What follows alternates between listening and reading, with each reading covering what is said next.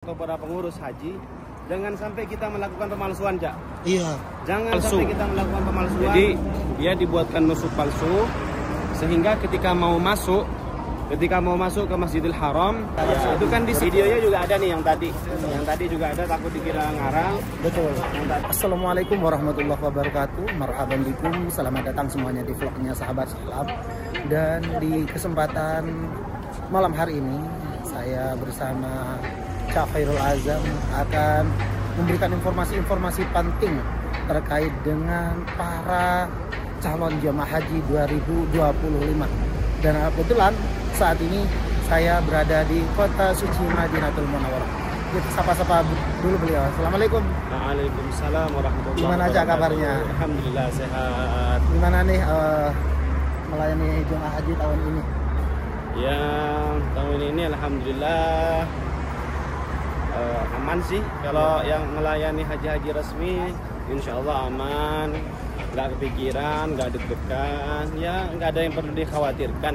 Ya, alhamdulillah karena kita membawa jemaah haji resmi, ya, jemaah haji dari ONH Plus dari Najafur Rahman dari Kalimantan. Dan gimana nih melihat cuaca di kota suci Madinah? Apa saja nih yang perlu Kang Azam sampaikan kepada seluruh para calon-calon jemaah haji 2025 ini? Yang pertama mungkin karena cuacanya ini panas banget ya. Kalau menurut saya ini panas banget, 43 derajat Celcius. Jadi para jamaah kalau bisa perbanyak minum air zam-zam. Perbanyak minum air zam-zam. Bawa air zam-zam yang besar itu, ambil dari pintu 310, kemudian bawa ke dalam hotel untuk dibuat minum-minuman. Sebelum minum niatkan untuk menyehatkan badan atau membuang semua penyakit. Amin ya Rabb. Karena termasuk saya dan sahabat salam ya udah merasakan sendiri seperti apa cuaca di kota Madinah dan bikin kita sudah serak-serak basah suaranya. Padahal kita sebetulnya sudah mukimin sini. Betul. Ya, sudah tinggal di sini. Tapi betul, ketika kita mulai beradaptasi dengan cuaca Arab Saudi yang khususnya di kota Madinah, kita saat ini flu loh sahabat. Jangankan kita, apalagi jemaah ya. Kita aja sebagai warga mukimin yang ada di kota Madinah masih terasa radang, flu gitu kita rasakan. Banyak jemaah yang sudah meriang. Iya, termasuk jemaah-jemaah saya ya, jemaah kami yang kami layani banyak yang minta obat karena meriang, flu dan hal lain sebagainya. Jadi apa yang disampaikan Cak Khairul Azam barusan betul sekali. Jadi perbanyaklah minum air zam-zam ataupun minimal jaga kesehatan imun kita, perbanyak asupan-asupan gizi agar supaya terhindar dari segala sesuatu yang tidak diinginkan. Ya. Selain itu ada informasi apa lagi Cak Azam terkait dengan mungkin masalah nusuk, masalah tasri dan hal lain sebagainya? Ya, barusan saya mendapatkan informasi dan ini informasi yang sangat penting untuk para jemaah. Barusan saya mendapatkan informasi dari salah seorang ketua KBH, kiai saya, di mana beliau ketika mau masuk ke dalam Masjidil Haram bertemu dengan seorang jamaah yang mungkin jamaah ini jamaah non prosedural. Lanjut. Jamaah bukan jamaah haji resmi, tapi oleh panitia pengurus atau pelaksananya atau oleh travel mungkin dibuatkan nusuk palsu. Jadi dia dibuatkan nusuk palsu sehingga ketika mau masuk ke Masjidil Haram itu kan di-scan, barcode-nya di-scan satu persatu ya. Satu persatu. Di-scan barcode-nya ternyata tidak keluar.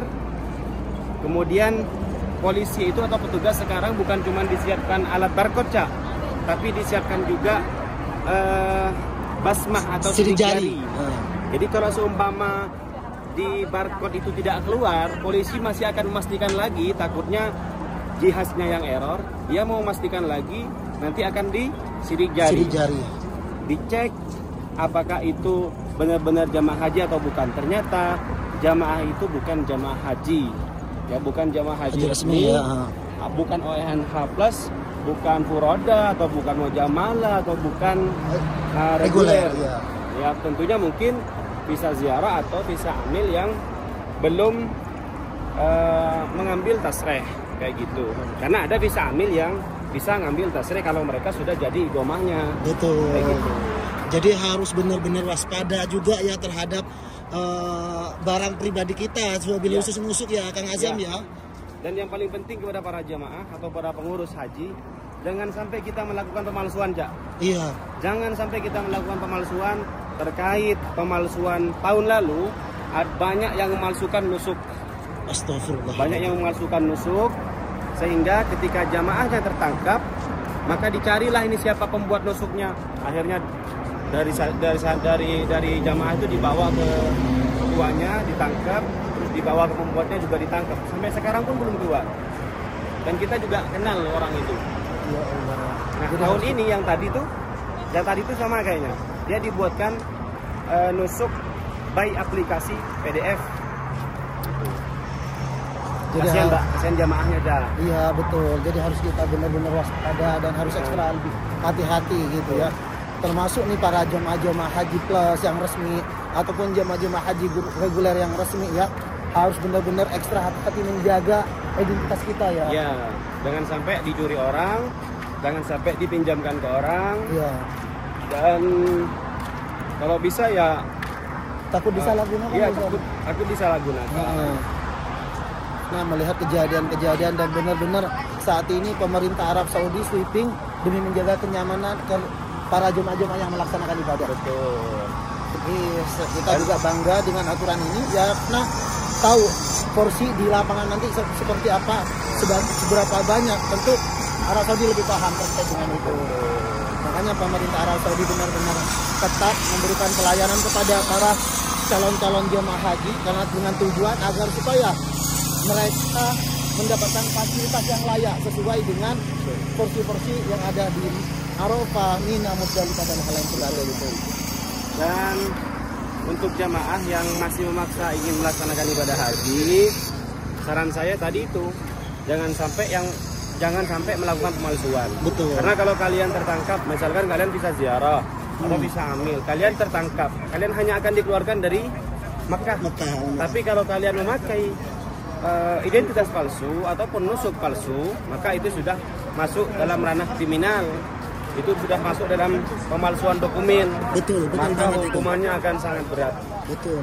Bukan cuma dikeluarkan dari Makkah, tapi akan dideportasi, blacklist, dan bisa jadi terkena hukuman, Cak. Iya, betul sekali ini. Jadi kita ikuti aja apa aturan dari pemerintah Arab Saudi. Videonya juga ada nih yang tadi. Yang tadi juga ada, takut dikira ngarang. Betul. Yang tadi ini dia yang diperiksa.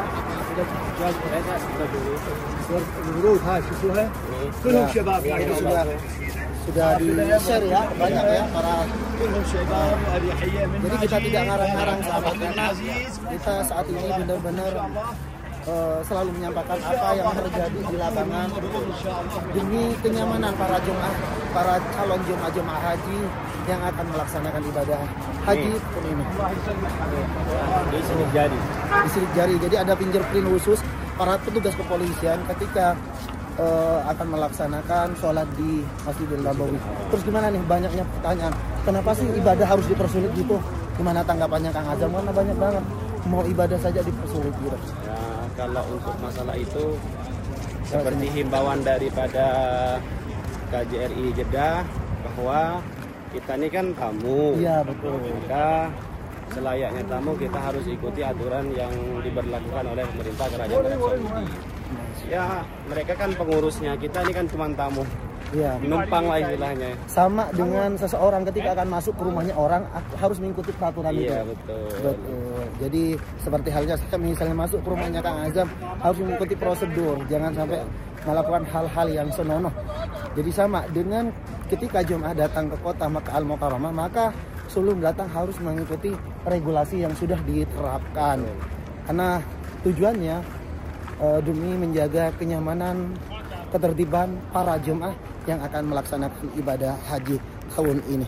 Terakhir, ada mungkin yang mau disampaikan untuk seluruh para followers ataupun para jemaah-jemaah Kang Azam? Ya, ada lagi selain bersabar. Betul. Oh iya, betul. Kalau bisa ya mendaftarlah dari sekarang. Ya, kalau nggak pengen terlalu lama, ONH Plus ada. Mau reguler silakan, ada reguler. Ya, Kalau mau jamalah atau furoda, kalau bisa keluar visanya enak juga sih kayak gitu. Cuman kalau menurut saya ya bersabar, tunggu uangnya kumpul. Haji itu tidak harus kita kalau memang tidak bisa, tidak mampu, tidak kuat secara materi, udah nggak usah berangkat. Itu bukanlah paling wajib, tidak, karena itu hanya bagi yang mampu saja, Cak. Tapi kalau kita tidak mampu ya udah nggak usah memaksakan gitu. Betul. Nah, ukuran mampu sekarang ini ya ONH Plus itu sekitar 350 jutaan. Iya, standarnya itu ya. Ya, nunggunya 5 sampai 7 tahun.